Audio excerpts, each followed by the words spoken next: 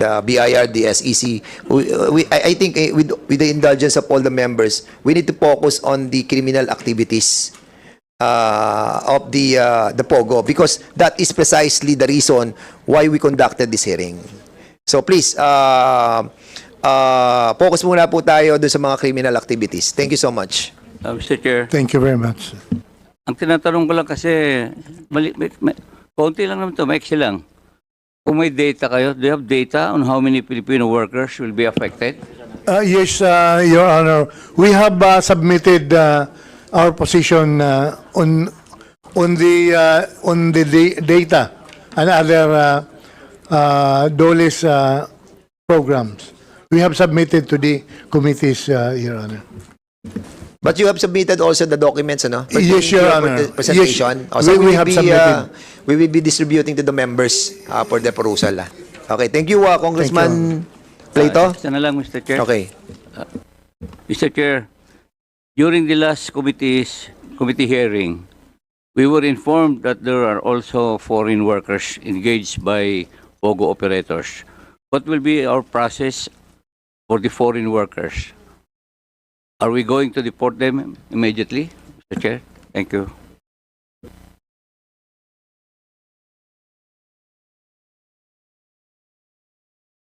Insofar as foreign nationals are concerned, I think there is a program of the Bureau of Immigration to deport them immediately after the cancellation of their operation. Our concern is more on the Filipinos who will be displaced by the operation of the POGOs, not the foreign nationals, Your Honor.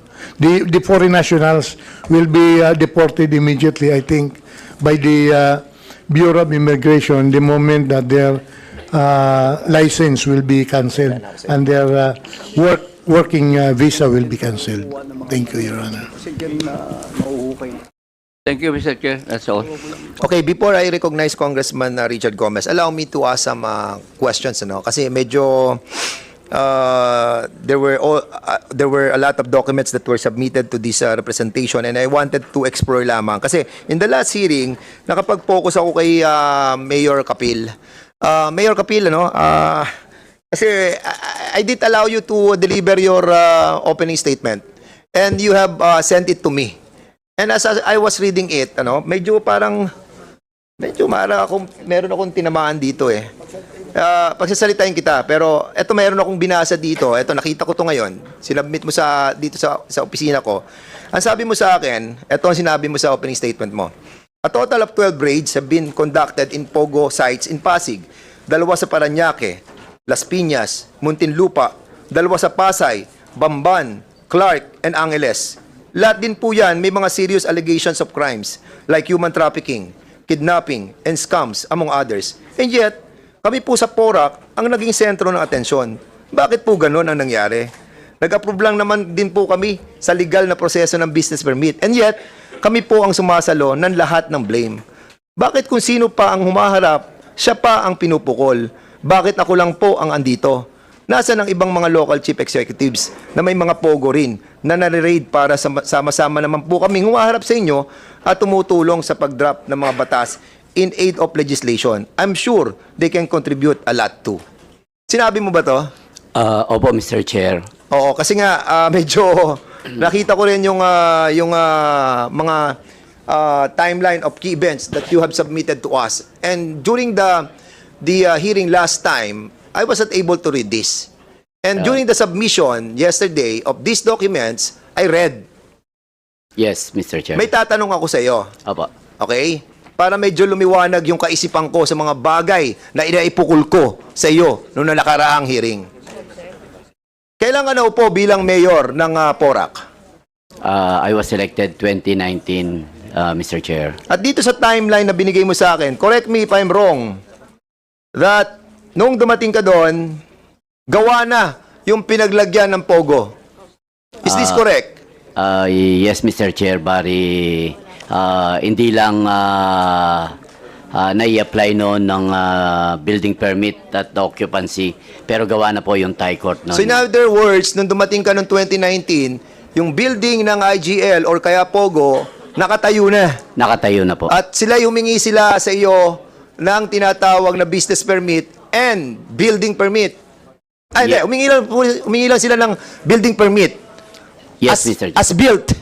As built. Kasi ito nakalagay sa iyo eh. Kaya binigyan mo sila ng tinatawag na non-issuance of the business permit because of this violation.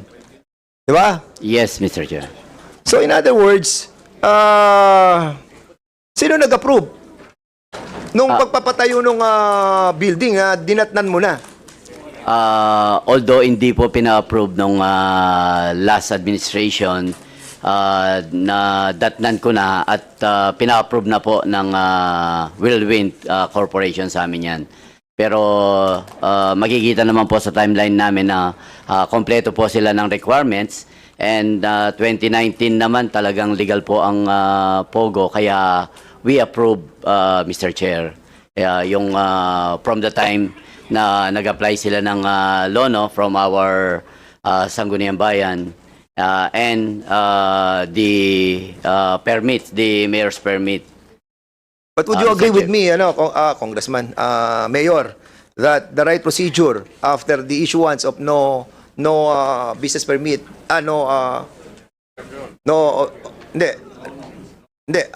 siya business permit noong January 2024, hindi ka na nag-issue ng business Yes, permit, di ba? Your Honor. So, closure talaga ang dapat noon di ba? But hindi mo talaga siya pinadlock? Alam mo, yun lang ang medyo, nakita ko yung mga sequence of events dito and I would agree with you, no? Para bang sinasabi ko na talaga nang dumating ka, nakatayo na eh. Nakatayo Yes. na. This was conceptualized before you were elected. Sino mayor during that time? Yung pinalitan ko po si Mayor Carling de la Cruz. So sila nag-conceptualize ng pagtatayo ng Pogo doon. And even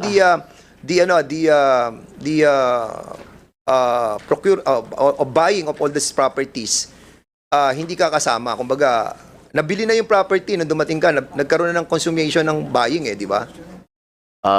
Siguro po nung inabutan ko na approval of permits na lang sa akin kasi 2019 po yun na kompleto naman po yung mga requirements nila. Okay, so in other words, hindi mo siya pinadlock no? Nung 2024 na makita mo yung mga violations. Apo, meron po kasing proseso on padlocking, Mr. Chair.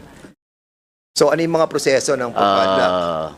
Based po sa, syempre, I asked also my lawyers, yung padlocking daw po kung halimbawa restaurant, dahil merong na poison o na nakakain ng masama doon, pwede mo siyang i-padlock. Pero in this case po, sila-sila lang kasi doon, at hindi naman sila nakaka-cause from outside ng any Pero alam mo, Mayor Kapil, no? Kapag walang business permit yan, talaga dapat i-padlock mo yan. Yun ang procedure talaga dyan after writing them a letter. There must be a reason behind why you did not padlock. There was a reason behind. It's either, hindi ko alam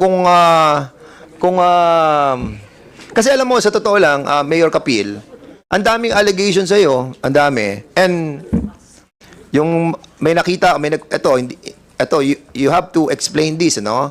And I know you can. I know you can. As a matter of fact, I am giving you the benefit of the doubt.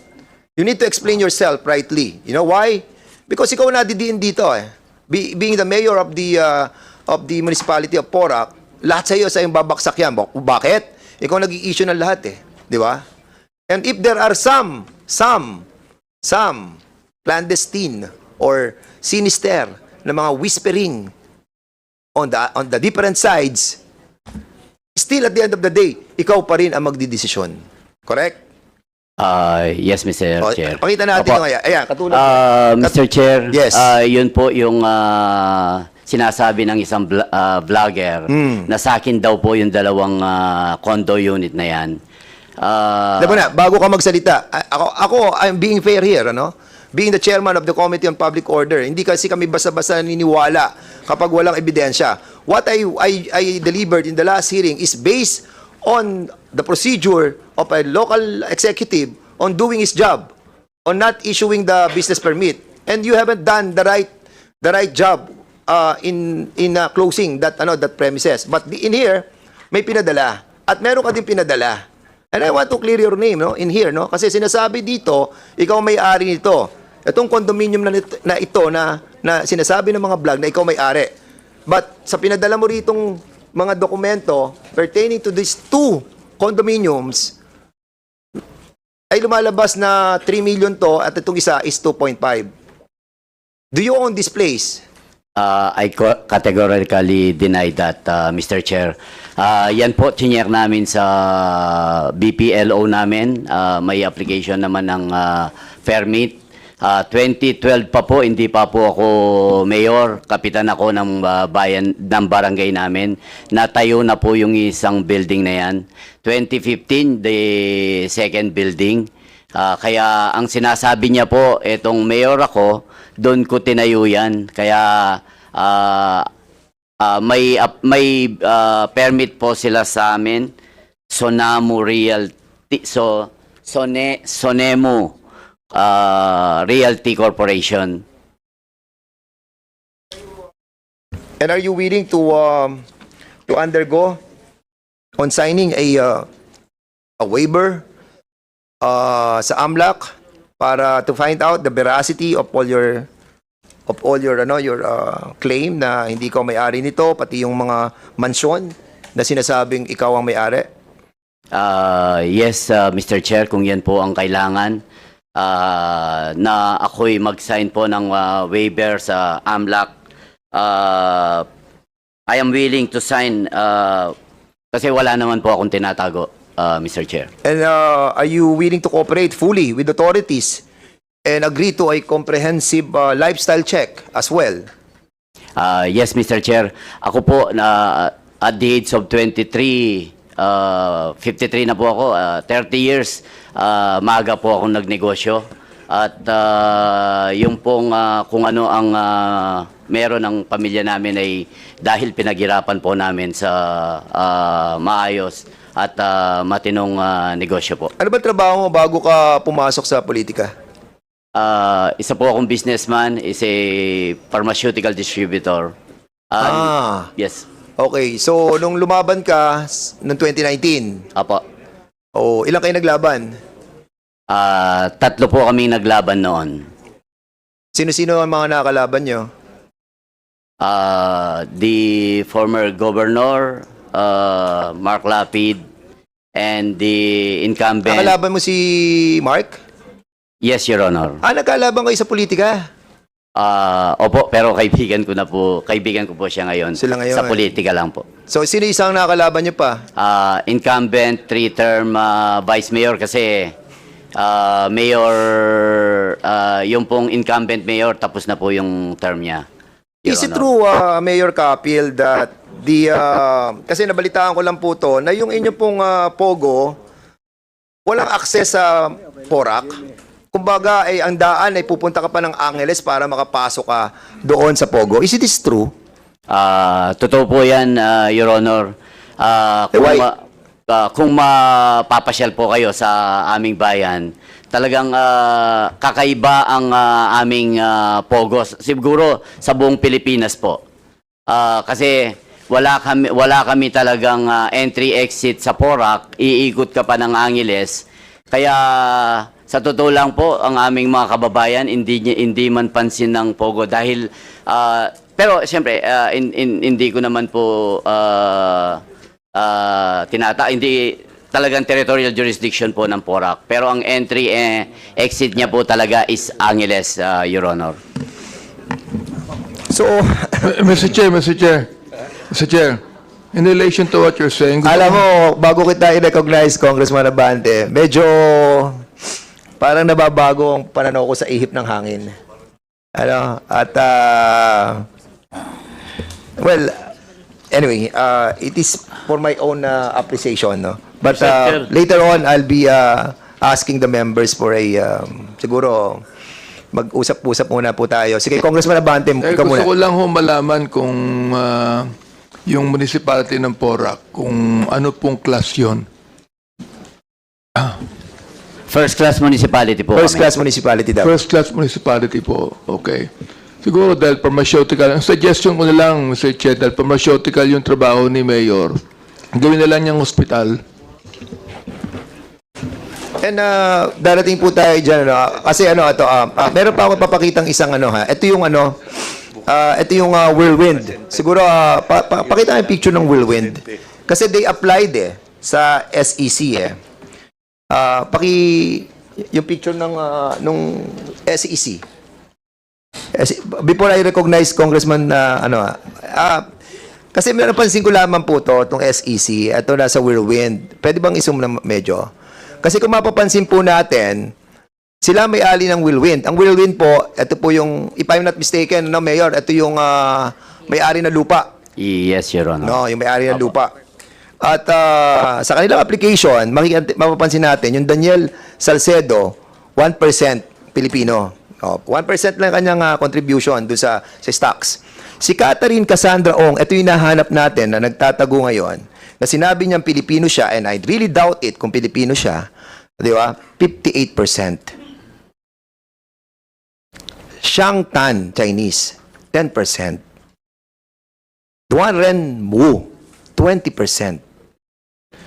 Chona Alejandro, Pilipino, 1%. Jing Gu, Chinese, 10%. Kung si Cassandra Ong ay Chinese, no? Pure Chinese yan. Kasi ako naniniwala dito sa investigation natin that we have found out a lot of Chinese people pretending to be Filipino para makapag-own sila ng property. 2% lang ang pag-aari ng mga Pilipino diyan sa Porac. So in other words, Mr. Chairman, Mr. Chairman, sa ating mga members, it's really imperative for us to find out this Catherine Cassandra Ong. At pag napatunayan natin na siya po ay Chinese, yung property yan dapat nang i-take over ng gobyerno. With the freezing and preservation asset issued by Lucas Bersamin, dapat isama din to. Yusek Gilbert. We need to find out. Itatasking natin ng PSA ngayon, malaman natin ilan ang birth certificate itong si Catherine Cassandra Ong. At kailangan malaman din natin sa immigration, sa DOJ, yung in and out ni Cassandra Ong sa Pilipinas para malaman natin anong ginamit niya. Philippine passport ba or Chinese passport? In that, makikita po natin kung sino itong si Cassandra. Siguro, Paok, meron kayong initial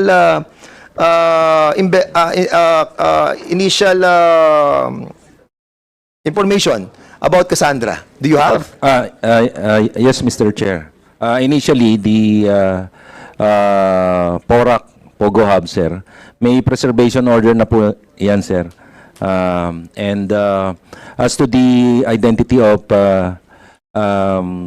Cassandra Ong, initially, sir, meron na rin po tayong info. So, what's the information about her? Hindi po siya, sir, Pilipino. Exactly. Okay, so kung hindi siya Pilipino, yung pagbebenta ng mga nila Ruperto Cruz dito kila Cassandra Ong sa korporasyon is illegal. So, hindi na nila pag-aari yon. In other words, tong korporasyon na to, hindi nila pag-aari yan because they bought it illegally. Tama, Mayor Kapil? Mayor Kapil, going back to you. Yes, Your Honor. Hindi mo kasi siya pinadlock talaga eh. Bakit? Opo, siguro po, Huwag na tayo magpaligo-ligo eh. yun lang pong hindi namin inisyuan ng permit ng January 2024. It shows na talagang hindi po namin binibigyan ng special treatment, Your Honor.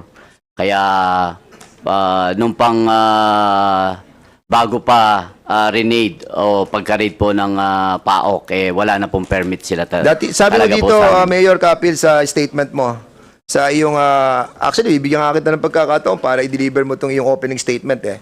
Bakit ako lang ang pinupukol? Bakit ako lang ang nandito? Nasaan ang ibang mga local chief executives na may pogo na ni-raid para sama-sama naman kaming humarap sa inyo? Bakit mo nasabi itong mga salitang ito? Kasi po parang nasisingle out po ako na nag-approve lang naman ako ng legal pogo, legal business. Bakit ako lang po, di ba? 12 nga ang na-raid na meron ding katulad nung sa amin. Bakit ako lang po ang nandito? Di ba from 400 down to 43?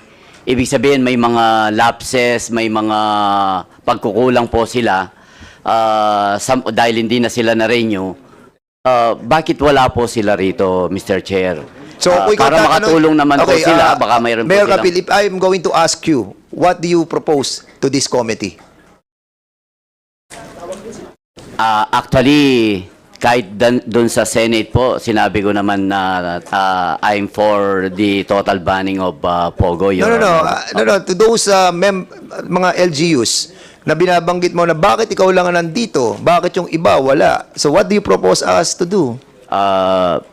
Sana po para sama-sama kaming mag-explain kasi pare-pareho lang naman po kaming nag-approve ng permit. At baka para makatulong po kaming lahat sa pag-iimbestiga po dito sa pogong ito, baka meron po silang mga mas magandang idea in aid of legislation, Your Honor. Ito, Mayor Kapil, ang list of canceled pogos na sinabmit na sa atin nung paman. Di ba? Last hearing pa eh. And that's the reason why we're asking the help of the different LGUs. We're not against the different LGUs, especially yung mga honest talaga dyan. What we are against, doon sa mga talagang nakinabang dito. Kung sila yung nakinabang dito, yun ang problema. Mr. Diba? Chairman. And I'm still wondering, dapat andito sila ngayon, yung ating... Mr. liga. Chairman. Sige, Congressman Arrogancia. Since our resource person is requesting na tama naman siya eh. Bakit siya nasi-single out at this moment?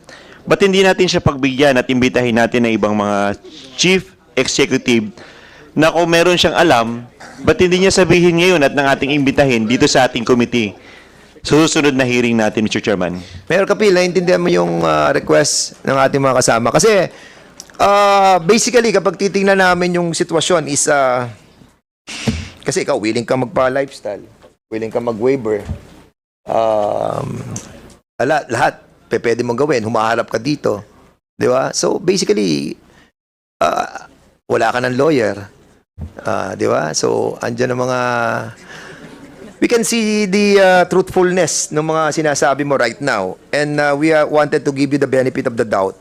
Kung meron ka nalalaman about others, so this is your moment to tell us. Kung meron ka nalalaman ng mga involved, di ba? Pwede mo sabihin sa amin. Pwede tayong mag-executive session. Pwedeng mag-all out tayo doon. Para sa ganun natin, makita natin kung saan talaga nanggagaling tong problema ng Pogo. Kasi kung walang in cahoots ang mga public official, good for us. Pero kung meron, kailangan naman siguro na tingnan natin kung ano yung responsibility. Di ba? You want to say something about it? Or... Actually, Your Honor, wala naman po akong alam dun sa operation ng ibang na raid. Pero based on Senator Gatchalian record, 12 po, kaya nandyan po na yung binasa nyo kanina, 12 yung LGU na raid din ng PAOK. Yun po ang sinasabi ko, bakit ako lang ang nandito since pero nakita nyo naman po in any invitation, nandito po ako, hindi ko po tinatalikuran yung invitation po from Senate, from Congress, from Sangguniang Panlalawigan, nandito po ako kasi wala naman po akong tinatago at wala po akong ginawang masama, Your Honor. For that, medyo pagpahingayin muna natin si Mayor Kapil, baka ma-recall niya mamaya. No? Mr. Chair, nakapadlock na ba? Ha? Nakapadlock na? Mr. Chair. Sarado na yon. Actually, ang PAOK is taking over the place. I believe that PAOK TF, you have already taken the place, right? Yes, Your Honor. Ayun. So, hawak na nila yon. And with all these documents, no, kailangan natin malaman na yung Cassandra Ong is a Chinese. Kapag yan ay foreigner, basically, that property will be in favor of the government. Yes, In relation to PORAC, I believe their BPLO is here. Attorney Sam, please identify yourself. Magandang hapon po, Chairperson, and sa lahat po ng nandito, magandang hapon po sa inyong lahat. Ako po ang tumatayo ngayon na BPLO ng PORAC Pampanga. Although I only recently assumed office on May 13, and although I can answer your questions based on records po on what happened before. And who's the BPLO prior to your assumption? Ang before my assumption po was an OIC po with the munisipyo. Yeah, what's her name? Or what's his name? Si Miss Cecil Teotuico po. Cecil Teotuico. Opo, she assumed office naman po from 2023 until I assumed po last May. However po, upon the happening po of the issuance of the business permits, subject business permits in question, ang OIC po at that time is Miss Emerald Vital.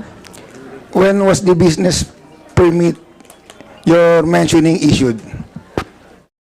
With regards po to our subject, Lucky South 99, their first business permit po was approved around 2019 po. And how much did they paid for the issuance of the business permit?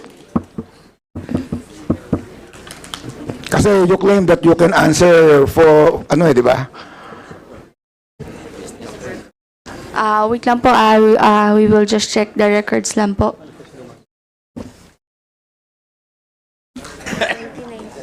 Para isa lang yung effort nyo, plus yung succeeding years, magkano binayad nila for the business permit? Successive years, until sa hindi na nag-issue ng business permit si Mayor. Sir, based on records po, upon issuance noong 2019, ang nasa total po ng na-assess and nabayaran sa kanila is nasa 4,750 po. Kasi binase po siya sa capital po na Yan yung initial business permit. Yes po. Oh, and then on 2020, Opo, magkano? on 2020 naman po, ang binayad nila, grand total is around 4,050 po. 4,000. 2021. For 2021 po, sir, nasa around 10,005 pesos po. Wow. Then 2022, 22,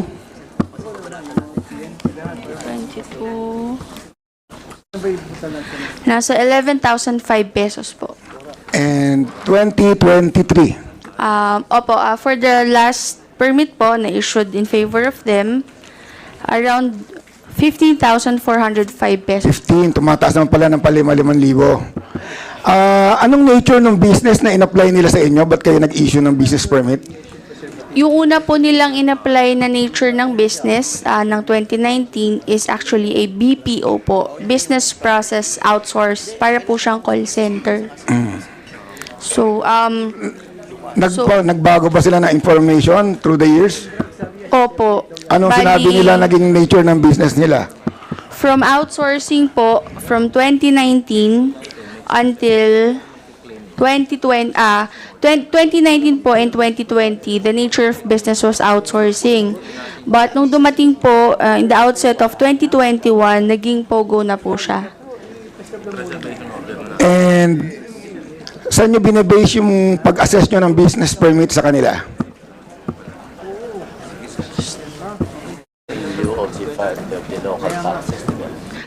Sir, on normal operations po, kapag nag-a-assess po kami ng renewal ng business, I mean, at this point po, we base it on the declared gross sales or receipts of the business. Correct. However, sir, I think upon this time po, nung nag-apply sila, ang na-declare po nila is no income. Kasi po, yung in lieu of the 5% in lieu of all the taxes na binabayaran nga po nila sa national government po.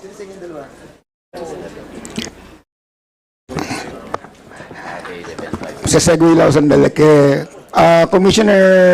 Chairman Al, tama ba yun? Exempted sila from payment of local taxes? Yung mga pogos? Chairman, dapat po gross sales tax, nagbabayad pa rin sila sa local government. Ng ano po? Yung 5% po na binabayad nila in lieu of all other taxes, sa national po yon, sa BIR. Pero po sa local government, para po nakatutulong sila sa revenue ng local government, dapat po nagbabayad sila. Thank you. Ng So, business tax. para klaro. So, ang PAGCOR, may record ho na binabayad nila sa inyo, no po? Chairman, ang naibayad po ng Lucky South 99, doon po sa apat na taong may lisensya sila, mahigit po 200 milyong piso eh. Ang ibinayad po sa amin. So, ang ibig sabihin, Tax yun, ano? Tax na yan. po yung tax. Hindi So, yan yung income. Hindi po yun ang income. Pagka, dahil 2% lang po kami doon, lumalabas po halos bilyon ang dapat na ipinasok nila. So, Ma'am BPLO, siguro, where I'm trying to go, no? Yung foregone revenues nyo na hinayaan yung hindi nyo makolekta for how many years? Binabayad sa inyo pa apat na libo lang. Based on record po, since they started as POGO, Then, from 2021 po until 2023. and fully operational yung Pogo Hub na yon. I cannot really answer that po kasi that was before my time. So, Mayor, balik ako sa iyo. Mayor Kapil, gano'ng katagal na kayong mayor po ng Porac? From, I assume July 1, 2019, bali 5 years na rin po. So, the entire time that yung Pogo was operating, kayo na po ang mayor. Yes, Your Honor. Nung humingi sila ng business permit, kayo na rin po ang nag-issue. Opo, Your Honor. And kahit minsan hindi sila pumunta sa office nyo para nagsabi na mag-ooperate po kami o nagpakilala yung mga principals nun. Actually, nagpunta naman po sa opisina natin. So nakilala nyo ho, Yes, yung Your Honor. operator ng Yes, Your Lucky South? Lucky South 99, Your Honor. Yes. And hindi kayo nagtaka na ang binabayad nila sa inyo ganun kaliit? Kasi doon sa sulat nyo ngayon, proud kayo na from 300 something million na gawa nyong 1 billion ang income ng Porac. Ang totoo po, dito sa Pogo, talagang minimal lang dun sa realty, dun kami nakakolect ng 6.2 million. Pero as a mayor po ng aming bayan, from 385 million na budget, ngayon, next year, almost a billion na po kami. Saan kayo nakakuha kanyo? Sa realty? 6 million? Yes, Your Honor. From- Sa Whirlwind, Your Honor. Sa Whirlwind para sa yung assess ng kanilang RPT. RPT po, di ba? Yun lang naman yung babayad nila para magbayad sa inyo ng I think so, Your Honor. So, Pero yung mas malaking ibabayad sa inyo, hindi nyo nasita. Kasi po, in lieu of the 5%. Hindi nga ho yan ang paliwanag. Kaya tinanong ko muna ho si Chairman Al Tenco kung tama ho yung pagkakaunawa nyo na hindi sila dapat magbayad ng business permit. And ayon po sa PAGCOR, dapat mag-secure pa rin sila ng business permit. And narinig natin kung magkano ho ang binayad ng Lucky South. Lucky South na tinanggap nila for the past 4 years. 3 years. Iwanagin ko po, 3 years, ang total pong nakolekta namin sa kanila ay 240 million. Pero that includes po yung mga fines and penalties nila. Pero kung doon lang po sa basic revenue, ang naging revenue po nila sa 3 taon, 9 billion pesos. 9 billion? 9 billion. Dahil sa basic po, tinitinan ko yung record ngayon, sa basic po, ang naibayad nila sa amin na regulatory fee, 182 million pesos.